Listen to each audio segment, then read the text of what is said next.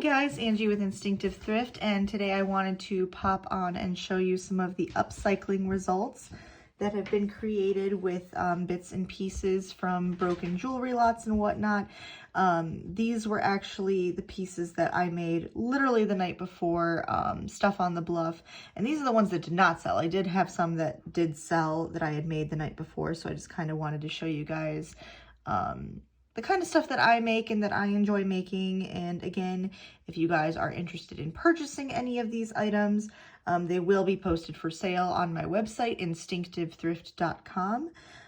So I'm just going to jump right in, and it's mostly earrings, I'll warn you guys, because a lot of the necklaces and bracelets that I made the night before did sell, but these are my most recent pieces. So first I did have this cute little bracelet. I called it my Key to the Past bracelet. So this is a vintage pot metal chain that I did source from my upcycling materials, and each of the keys are all individual. No two are alike on there because I have a ton of key charms, and they are accented by little Swarovski crystals, and it has a toggle chain clasp. I believe I priced this one at $16. So but I think keys are always something super cute and elegant, and I know a lot of people like them. I actually have a key charm bracelet myself that is way more filled than this. It's probably obnoxiously filled with keys. So there's that piece. Next, I do have what I like to call my little game on earrings, and I actually made these out of, they are joystick covers. So you can buy little like thumb grip covers for video game controllers for the joysticks. And my partner had these, didn't want them, wasn't going to use them. So I made them into cute little button earrings that I put up for like $8 because I thought they were super adorable. And I'm pretty certain a gamer would love these.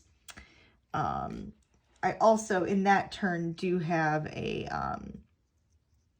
similar pair that I made with another pair of the joystick covers, but these are dangle ones, and I liked to do the mismatch. I debated about whether to match up the colors or mix them up because they did come mismatched in the packages, but I decided to go ahead and keep them because I thought the mismatching was a little bit more fun that way. And you guys can see like what I'm pricing things at. If you think that's reasonable or think it's unreasonable, let me know in the comments below. I try to price them fair, but enough to at least, you know, make something back on them.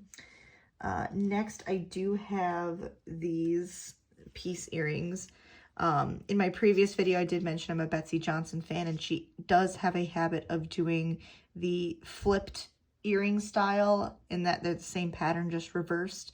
So I kind of decided to play with that a little bit as far as the like peace sign. I believe these are dyed howlite, so they are stone. These are plastic, but I just liked the way that the veined plastic looked with the turquoise and thought they were super cute. So I have those as well. We're getting more into the more complicated designs now.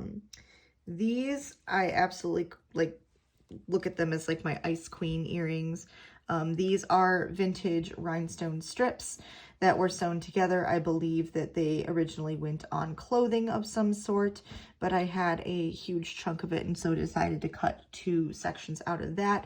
And then I took Swarovski crystals and wire wrapped loops and added them to the end. Kind of mixing the new and old together is something I really love to do. But all the crystals were in really great shape. I didn't have to replace any of them or anything. So I kind of adore these, honestly, and I might make a similar pair for myself. Along that vein as well, I do have this similar pair. I believe this was actually a broken bracelet, very Art Deco styled. Wasn't really sure what to do with these pieces at first, so I took them apart. I think they were all connected together, and then there was like one extra link. And so I decided to add these acrylic drops, but you wouldn't know they're acrylic just looking at them, which is why I like them, because it makes the earrings a little bit more durable, especially if you're wearing them on a night out or something. But I love the style of the Art Deco style of those two pairs of earrings with the rhinestone bracelets and the like crystal drop effect. I love those. That's one of my favorite styles is Art Deco. I just think everything looked so elegant and classic and beautiful. Next, I do have these, which were a little bit more fun, I thought. These big bronze pendants were actually part of a bracelet at one point. They came broken, so I didn't really know what the original bracelet looked like at all, which kind of allowed me a little bit more freedom, I think, to play with the pieces. And these are actually seeds. I don't know what type exactly, but there was a whole necklace made of these seeds, and I didn't really like them just together in one strand. I thought I could do something better with them. So I love these, and I think they're very like summery and tribal and fun. So there's those. Next are these monstrosities. These are vintage plastic beads. So in fact, all the beads in these earrings in this set are vintage.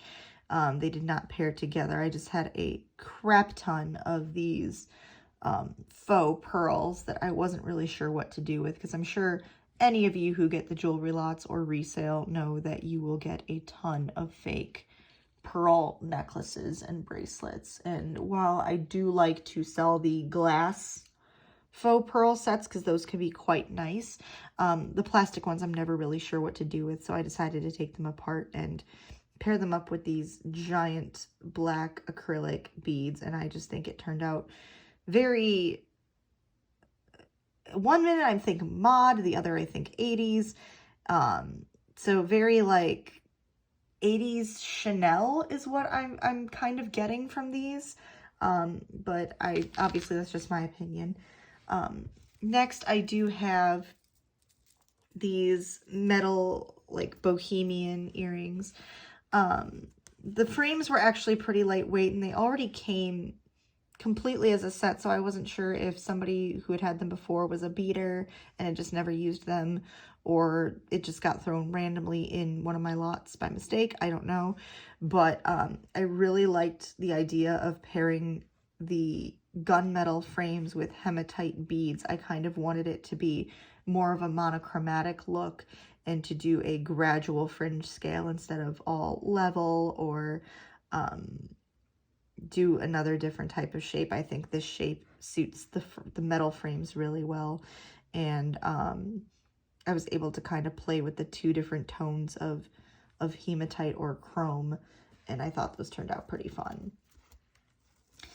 I only have two more to show you guys, so as I said, this was going to be a quick video. This is probably one of my favorite pairs from that late night creating session, I guess, if you will.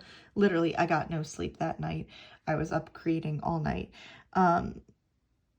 It kind of reminds me of very like hip hop with the thick metal chain. And I also kind of like how they're a little bit beat up, because I think it gives it a little bit more character. And then I went ahead and added, I believe this is dyed Howlite, but it's a light green, and I just liked the play of those two colors with each other. Kind of the mix of tough and feminine as well. And they're actually not that heavy. I mean, the chain is heavy, it's solid, but it's not overwhelming, like it's not going to fall out of your ear or like tug your earlobe down or anything. And I like how the stones are similar shapes but not entirely the same. I think that adds a little bit of uniqueness to the earrings, so I actually really do love those, and might make myself a second pair if I have the materials for them. And then last but not least, these are probably one of the more complicated pairs I made that night. I like to call these my Mediterranean poolside earrings. I did take, this was a cuff that was broken, that the center divider was MIA somehow. So originally it was a bracelet that was meant to look like this as a cuff.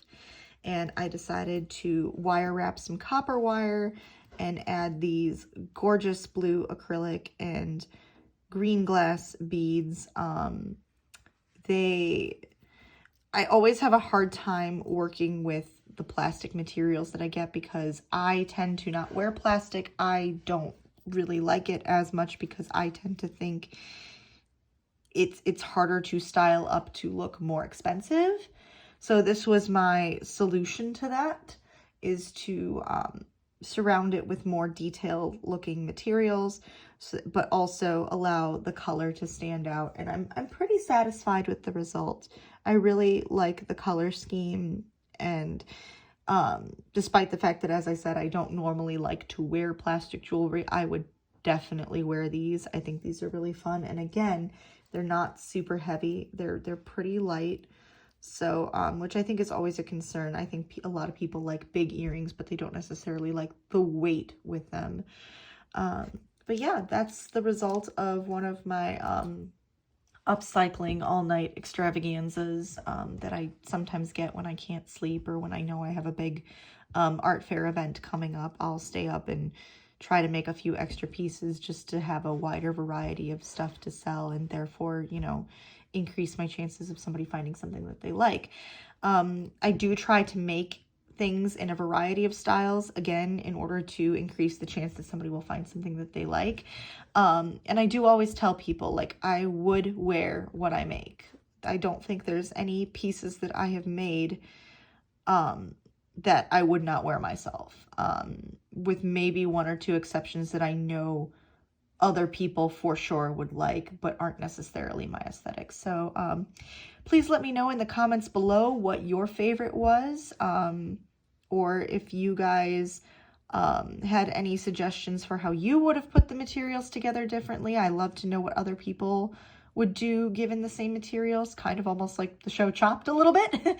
But thank you for watching. Please rate, comment, share, and subscribe, and I will see you guys on my next video.